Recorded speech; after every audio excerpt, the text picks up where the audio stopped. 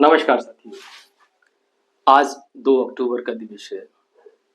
आज का दिन बेहद महत्वपूर्ण है। भारत देश के ऐतिहासिक घटनाक्रमों में, भारत देश के नवनिर्माण की संकल्पना में और भारत देश की आज़ादी से जुड़े हुए हर पहलू पे यदि पूरे वार्षिक कैलेंडर में हर दिन एक अपना-अपना महत्व रखता है। लेकिन आज 2 अक्टूबर है, आज का ये भी दिन बड़ा महत्वपूर्ण है। क्योंकि आज 2 ऐसे देश के लाल, देश के 2 सपूतों का जन्म हुआ था। एक महात्मा गांधी जी और दूसरे हमारे देश के लाल बहादुर शास्त्री जी। ये जन्म से ही महान नहीं हुए, ये जन्म से महान नहीं हुए, इन्होंने कर्म का रास्ता चुना, तब इनको महान विभूतियों में या वैश्विक स्तर की विभूतियों में शामिल किया गया। आज एक महात्मा गांधी को पूरा देश राष्ट्रपिता के नाम से जानता है और वैश्विक स्तर पर एक अंतर्राष्ट्रीय अहिंसा दिवस मनाया जाता है। ठीक उसी तरह देश के पूर्व प्रधानमंत्री लाल बहादुर शास्त्री जी को भी आज पूरा देश ही नहीं, पूरा विश्व उनकी सादगी और उनकी कदकाठी, उनके निर्णय लेने की क्षमता के लिए आज उनको जानता है। ऐसे महान सपूतों को आज हम विनम्र श्रद्धांजलि, आदरांजलि एवं उनको नमन करते हैं। और नमन करने के साथ साथ हम उनके जीवन के जो नियम थे, जो उसूल थे, जो सिद्धांत थे, उनको अपने आचरण में शामिल करते हैं। ऐसा मैं तो करता हूँ, आप भी करना शुरू कीजिए, आपको भी अपने अंदर काफी अंतर देखने को मिलेगा। आज लाल बहादुर शास्त्री जी का जन्म दिवस है। आज ही के दिन लाल बहादुर शास्त्री जी वाराणसी के मुगल सराय में 2 अक्टूबर 1904 को उनके साधारण से परिवार में जन्म लिया था। हर घर में, हर परिवार में जन्म लेने वाला बच्चा असाधारण होता है, लेकिन हमारी परवरिश उसको साधारणता में सीमित कर देती है। क्योंकि कर्म चुनना, वो कर्म क्षेत्र में भेजना, कर्म चुनना हर किसी व्यक्ति की बस में बात नहीं है। वो कर्म क्षेत्र में भेजना हर माँ बाप के बस की बात नहीं है। ऐसे महान विभूतियों एवं उनके माँ बाप को नमन करते हुए आज उनके ऊपर एक छोटा सा एक मार्मिक किस्सा बताते हैं। ये बात उस दौर की है जब लाल बहादुर शास्त्री जी भारत सरकार में रेल मंत्री हुआ करते थे। लेकिन उन्होंने अपने घर पर ये नहीं बताया कि वो रेल मंत्री हैं, बल्कि उन्होंने अपने घर पर बताया कि वो रेलवे विभाग में एक कार्मिक की पोस्ट पर हैं या एक मुलाजिम की पोस्ट पर काम करते हैं रेलवे विभाग में।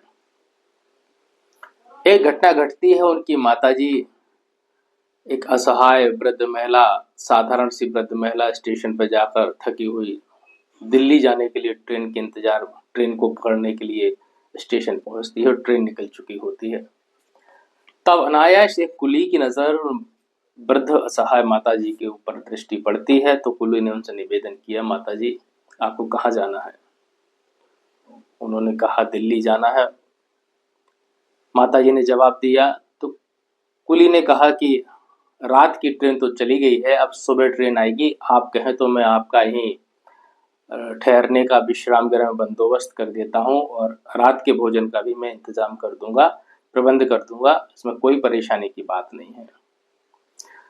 बातों ही बातों में कुली ने पूछा माताजी से कि दिल्ली में आपका बेटा क्या करता है? बेटे से मिलने जा रही हैं? हाँ, बोले हाँ, मैं अपने लाल से मिलने जा रही हूँ। तो उन्होंने उत्तर दिया, माताजी उत्तर दिया कि दिल्ली में मेरा लाल रेलवे विभाग में एक कर्मचारी है, मुलाजिम है। अनायास चर्चा में कुली ने जानना चाहा, क्योंकि कुली भी रेलवे विभाग का हिस्सा था, उसने जानना चाहा कि आपके बेटे का नाम क्या है? माताजी ने उत्तर दिया, मेरे बेटे का नाम, मैं घर में अपने बेटे को लाल के नाम से बुलाती हूँ, मेरे बेटे का नाम लाल बहादुर शास्त्री है। नाम सुनते ही कुली भौचक्का रह गया और माताजी से यहीं बैठने के लिए बोलकर भागा स्टेशन मास्टर के कमरे में गया। उन्होंने स्टेशन मास्टर साहब को पूरा घटनाक्रम बताया। स्टेशन मास्टर साहब को जब पता चला कि हमारे देश के रेल मंत्री की माताजी स्टेशन में बैठी हैं, तो उनसे मिलने के लिए स्टेशन मास्टर साहब पहुंचे, उनको सारी सुविधाएं मुहैया कराने शुरू कर दी। तो उनकी माताजी बड़ी असहज थी। मेरा बेटा तो एक छोटा सा मुलाजिम है रेलवे में, लोग मेरी इतनी खातिरदारी क्यों कर रहे हैं। तभी अनायास बड़े बड़े अधिकारी स्टेशन की ओर आ गए, उस सायरन बजती हुई गाड़ी आ गई और उनके लिए एक एम्बेसडर कार की व्यवस्था कर दी गई, उनको दिल्ली के लिए रवाना कर दिया गया। तब उनकी माताजी को ये पता चला कि उनका बेटा देश का रेल मंत्री है, रेल विभाग में कर्मचारी नहीं है। एक ऐसी सादगी, एक ऐसा त्याग, एक ऐसा समर्पण कर्तव्य के प्रति, प्रशंसा नहीं कर्म क्षेत्र चुना है।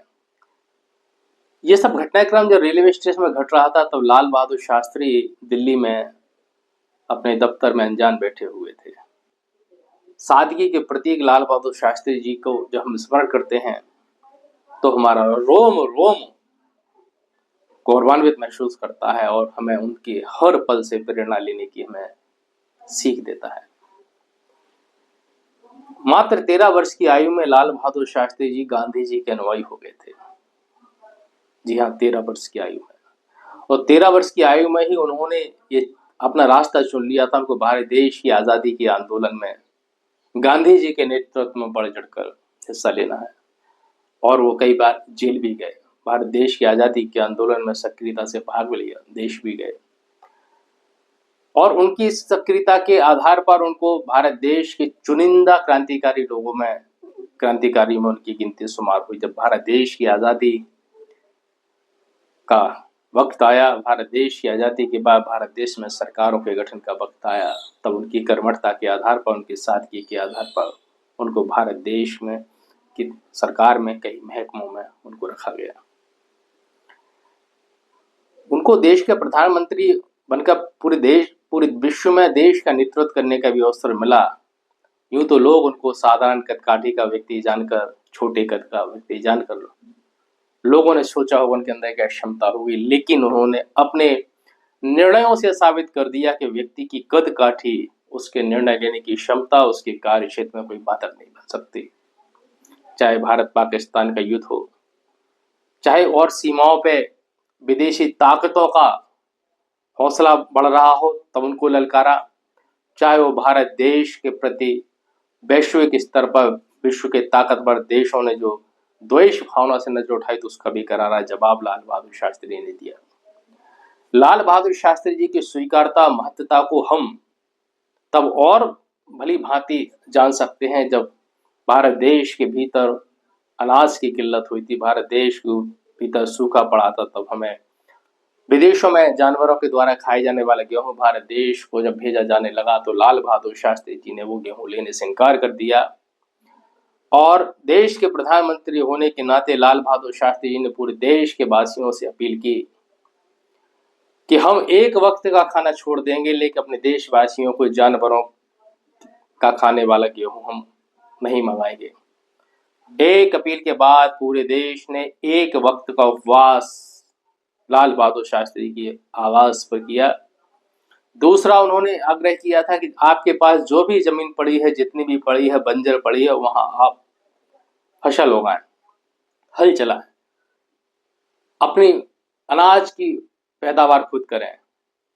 लेकिन ये उन्होंने केवल कहा ही नहीं था, उन्होंने अपने शास्त्री मेमोरियल में, शास्त्री भवन में, अपने जहां उनका बंगला था जो आज यहाँ शास्त्री मेमोरियल नाम से जाना जाता है, उन्होंने प्रधानमंत्री रहते हुए खुद हल चलाकर उस जमीन पर फसल की पैदावार की। आज आप जब जाएंगे शास्त्री मेमोरियल, जब जाएंगे तो देखेंगे वो स्थान आज भी मौजूद है। तो कर्म और वचन में समानता रखना हर व्यक्ति की बस की बात नहीं है, और कर्म और वचन में जो समानता रखता वही महापुरुष होते हैं। हम जन्म से महान नहीं हो सकते, हम कर्म से महान हो सकते हैं। हम जाति से महान नहीं हो सकते, हम समावेश से महान हो सकते हैं। तो ऐसे आज दो महापुरुषों का आज जन्मदिन है, दोनों को सत सत प्रणाम करता हूँ, नमन करता हूँ एवं उनके प्रति कृतज्ञता ज्ञापित करता हूँ कि आप जैसे महान भाव लोगों की वजह से भारत देश में आज़ादी के आंदोलन को सफल हुआ, और भारत देश के लोग आज आज़ादी की जो सांस ले रहे हैं वो आप लोगों के मूलभूत और बेशकीमती कुर्बानियों की वजह से है। हम आज मूल्य भूल रहे हैं। हम आज देश की आजादी का अर्थ गलत निकाल रहे हैं। हम ब्रिटिश हुकूमत से आजाद हुए, लेकिन हम अपने देश को किस ओर ले जा रहे हैं, हमें बड़ी चिंता का विषय है। आज ऐसे तो लाल बहादुर शास्त्री जी के ऊपर तमाम किस्से हैं, सभी किस्सों को मैं बारी बारी आपके सामने लाता रहूंगा।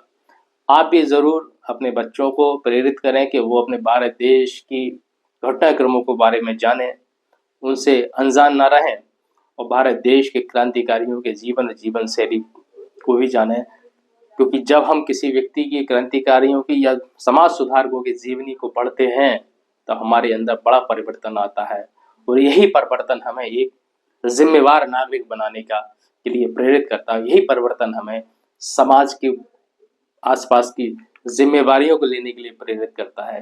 क्योंकि मेरा जीवन चार दीवारी के भीतर जीने के लिए नहीं है, यह जीवन चार दीवारी के बाहर निकलकर उन लोगों के लिए जीने के लिए जिनके जीवन में सुधार की अभी भी कोई गुंजाइश है।